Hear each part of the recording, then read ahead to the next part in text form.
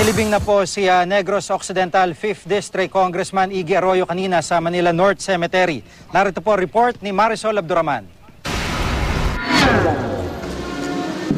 Pagdating sa Manila North Cemetery, sinalubong ng mga honor guard ang karo ni Negros Occidental Representative Iggy Arroyo. Naroon ang kapatid niyang sina dating First Gentleman Mike Arroyo at dating kasangga party list Representative Maria Lourdes Arroyo, asawang si Aleli at anak nilang si Alilu, pati ng mga anak na mambabata sa unang asawa na sina Bianca at Dina.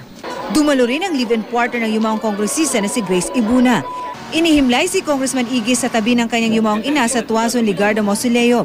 Bago ipasok ang ataol, nag-alay ng 21 gun salute ang mga honor guard. Kay Aleli naman iniabot ang watawat ng Pilipinas na inilagay sa kabaong. Bago ang libing, nakadalo si Pampanga Representative Gloria Arroyo sa funeral mass para sa yumaong bayaw. Bandang alas 8 ng umaga nang dumating ang dating Pangulo sa Ancestral House ng mga Arroyo sa La Vista, Quezon City. 4 na oras siya nagtagal doon bago nakabalik sa Veterans Memorial Medical Center kung saan siya naka-hospital arrest. 12:25 p.m. na nakaalis ang dating Pangulo sa La Vista, lampas ng 25 minuto sa itinakdang oras ng korte. Marisol Abduraman, GMA News.